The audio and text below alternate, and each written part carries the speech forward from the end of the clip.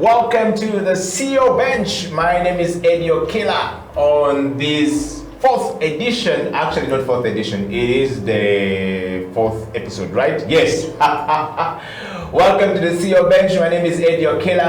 And without any further ado, it says if a man needs too long introduction, he doesn't deserve one. And he who has the opportunity to introduce himself with so much doesn't require one. Ladies and gentlemen, all across the world, live on Facebook, on Twitter, and on YouTube, in the studio is the newest CEO, the one and only Daniel Lubwama Kigozi, aka NAVIO, actually known to you. Welcome to the program. Thank you. We're not allowed to shake hands. Yes. A sanitized bonga will suffice. Yes. How are you? I'm okay. I'm good. Can't complain, man. It's been a testing time, to say the least. Yes. These COVID environs are not for the faint-hearted. Yes. But I think it's been an interesting one and a challenging one. Yeah. And I think we enjoy a challenge. Me personally. I've had to have seen this like a challenge, and I've had to kind of cultivate a positive mind frame, to make it through everything that's happened. So I'm okay. Let me say that I'm okay for now. Yes. yes. Well, welcome to the CEO Bench. Thank you. The CEO Bench often bring people like you to the bench. And the reason for the CEO Bench is to discuss leadership, change management, and of course transformation of human beings, foray into the people that we become today, the change society. And you are of course the newest CEO, I would say, from the top. Yes. And we thought about you. We often look for the CEOs. We ask people to vote and say, who do you want us to bring on the CEO Bench? Yes. And this week you actually won the vote. Thank you. My fair people of Uganda. Yes. And in the world, actually. So you are talking to over 1.8 million people in Uganda, but these are Ugandans? Yes, absolutely, and man. About 15,000 people on Facebook that are looking forward to this interview. Nice. So welcome to the show. Thank you. Etienini, Itiabe, Jebale, Ariamabe, all of them. Yes. So Danny, let's start from this. This is actually NAVIO. NAVIO is known to you as Daniel Lubwama Kigozi is the real name. Yes. But he's actually known to you as NAVIO. And he's a musician. He's the CEO of NAVCORP. And we're here to talk about NAVIO as the CEO.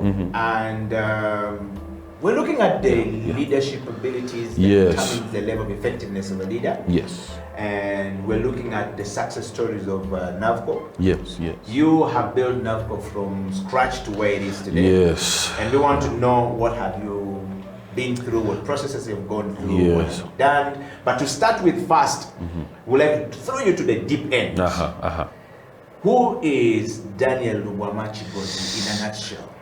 Daniel Lubwama Kigozi, I think, is I won't say competitive individual, but I'd say one that it has been shaped by upbringing, has been shaped by a lot of other factors in my life have shaped my trajectory. So if you talk about business, the fact that I played sports, the fact that I was very in tune with what my family were doing, and they were older than me as far as business is concerned.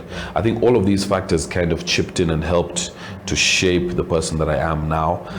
So I can say I'm a person who I think my brother is the first person I ever heard say work hard, play hard. When it's a play hard scenario, that is what will happen. When it's a work hard scenario, I expect people to switch those caps with me, So I've always seen myself as kind of a train, and I'm on that train. I'm heading in a certain direction. It's incredibly hard to stop a train, and I hope people jump on with me to see that common vision. I think that's kind of, in a nutshell, who I am. I like to kind of work hard, push my abilities. I don't have to be number one, but I do like to compete using my full experience and my full wealth of knowledge and my full physicality to kind of complete any task which I get into. If you had to rewind the clock back, Yes. to, let's say, a certain age when you are still young, back the days of clear cuts, which age would you be, and why would it be your very favorite age? I think age 14, turning 14. 15. Why 14, 15? We're being put on a plane as 14-year-old, 15-year-olds, sitting first class next to the Oliver Mutukutsis of this world and the, Papa Wembas of this world, being flown, to South Africa for the Cora Awards. So you can imagine this is like otherworldly for us, you know. One day you're, catching a border, to an underground battle in DV8, and then off your second song, pretty much you're being flown out, and we are nominated for Most Promising and Revelation of the Year. So that was a beautiful experience, and I think those experiences were me still just as an artist. The business of music hadn't yet come in. The challenges, the supply and demand, the building a brand, none of those factors had yet come in. So it was me literally just as an artist on a plane, just enjoying myself, with all my boys. And feeling good. Yes. So those moments when you look back down the road to that moment, when you guys were going for Cora Awards and you were nominated, what was running into your mind? Particularly you, and of course we can't talk for many other people, but I'm sure you shared the group. You, Papito, The Myth, Tom, JB, and then Langman. What was going in your mind? I thought, this is going to be a really cool story. And because, of course, I started in a group basically kind of as like a hype man, I was like, wow, we've done something really cool. Anyway, back to school, we'll have this story to tell people. I had no idea that I'd be sitting here, 59 awards later, having toured over 30 countries. It must be close to 60 cities for music, having had accolades, having performed for my king several times, whether it's, his 60th or, there's a lot of small things that have happened that I could have never imagined, and things I would have seen and countries I've been to, all because of that moment, music and how it began. And then, of course, now changing me into the businessman that I am now, I had no idea that it could start from something like music. So at 14, on the flight going to South Africa, and did you ever see yourself becoming a CEO of your own corporation? Definitely not. That I didn't even know what the CEO. I'm sure I was calling it OEC by then, or EOC or something. I thought it was the East African Commission of Offices or something. I had no idea that the business role would take on a life of its own. So I always had music at the back of my head, even in school. And because of that, I knew that I was dealing with a dynamic, ever-changing, and in Uganda, a non-existent industry.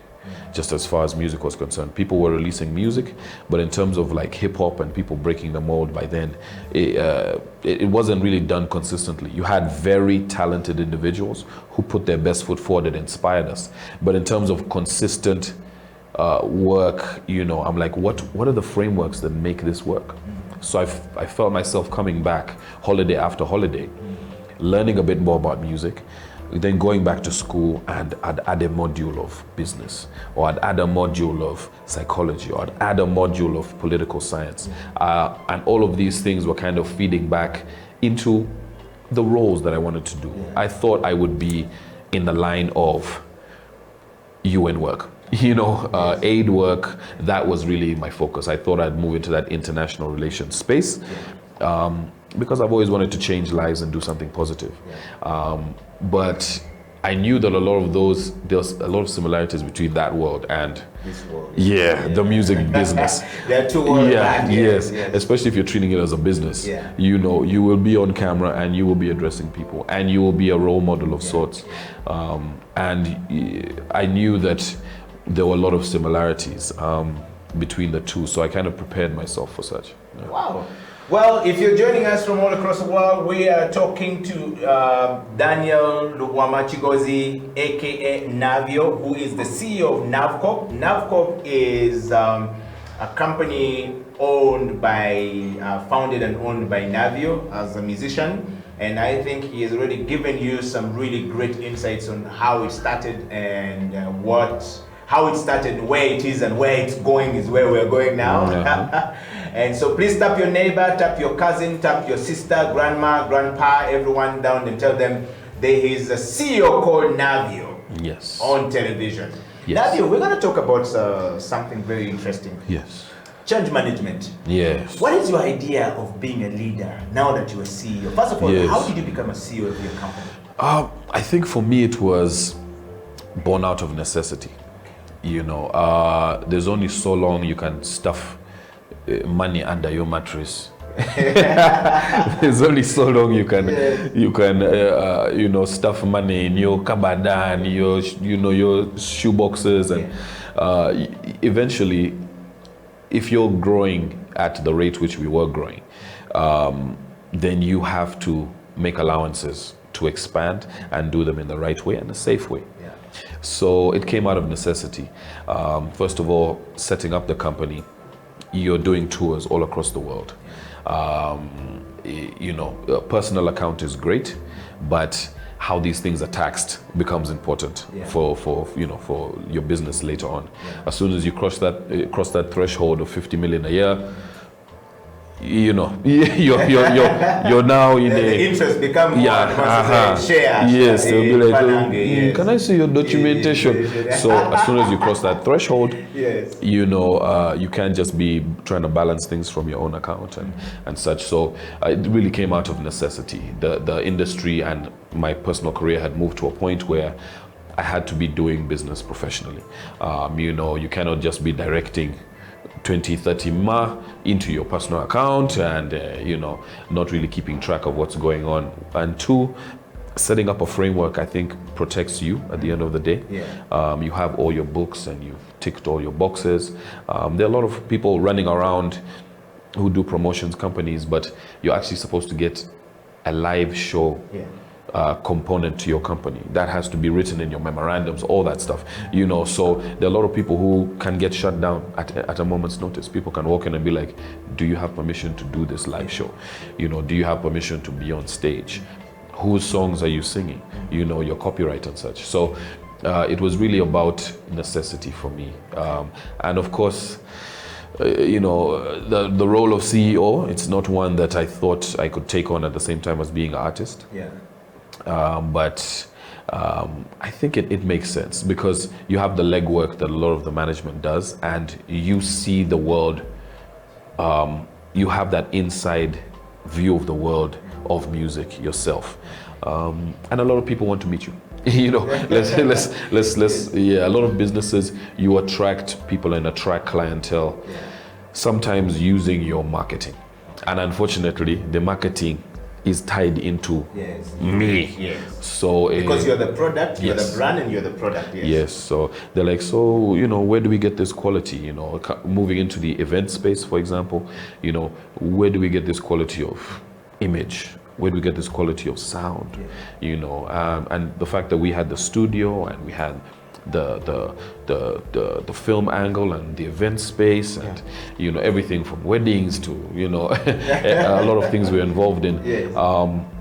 People could see that as a marketing tool, and we were kind of that thing that brought a lot of clients in, and then we could hand them over to management. So I think playing that CEO role was kind of important for me. I want to just know from, if you're watching and following the show from anywhere, wherever you are, we're live on Twitter at HTV1 Uganda, and of course on Facebook, House of Talent Uganda /HTV. You will be able to find the show there. And we're live on our YouTube studio, House of Talent Uganda /HTV. NAVIO is talking to you. Now, you dream to become a CEO. You're a musician, first of all. You don't even know where to start from. And the role of a CEO is not for every, person on the planet Earth. Not everyone who walks on the street can become a CEO. the role is quite very hectic and requires you to have a very specific sets of leadership abilities as well as management skills to lead. And we're gonna go for the next 2 minutes before we go for a break, NAVIO. Yes. And I just wanted to break it down. Yes. What is it like to be the balance between the CEO, Yes. NAVIO, Yes. and the artist, the CEO Daniel, Yes. Lubwama Kigozi, Yes. and the artist NAVIO? Yes. One is the brand, the other one is the leader, Yes. and this one is the product. And they are together. And they are together. How do you balance this equation? It's really tricky. It's really tricky. I mean, getting a team who is used to that dynamic work, and of course, House of Talent. You guys have been part and parcel of even my earlier career, and things were very dynamic, and you kind of have to have those people you can rely on to delegate. Delegating, I think, should be, when they talk about leadership qualities, the ability to delegate should probably be in the first two of your priorities. The ability to look at something, oversee it, and then pass it on to a member of your staff or outsource if you must.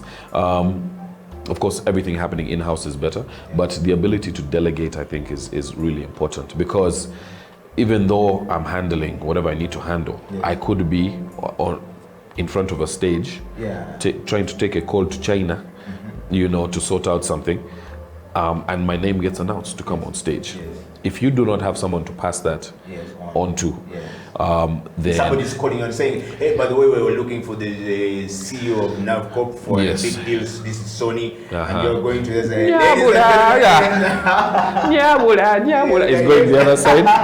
It's really tricky to be on stage konnichiwa, konnichiwa. Switching from your Chinese to your Luganda can get tricky.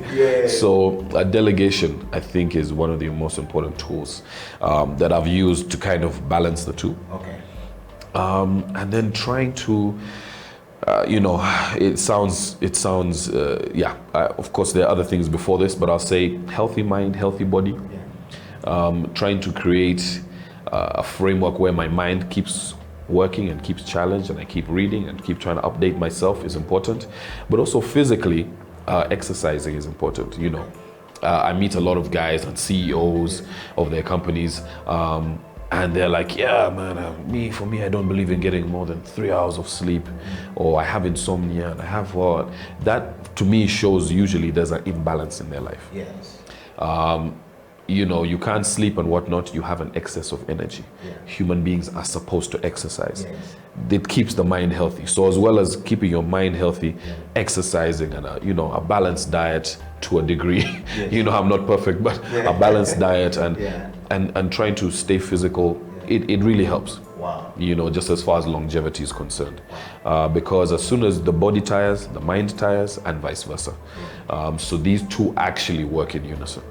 I'd say also in terms of keeping balance between, there's situations where it's past you. You have to choose which one you're going to do. You can never be ashamed of losing one deal in order to push the other. Sometimes you'll be in a situation where they invite you to Big Brother Africa. At the same time, there are people who want an event here, and they want you at the helm of that event. Big Brother, you have 400 million Africans watching, plus people online, plus you're getting paid. On the other side, you have a client that's come, future work, you might get a new reference. What do you choose? So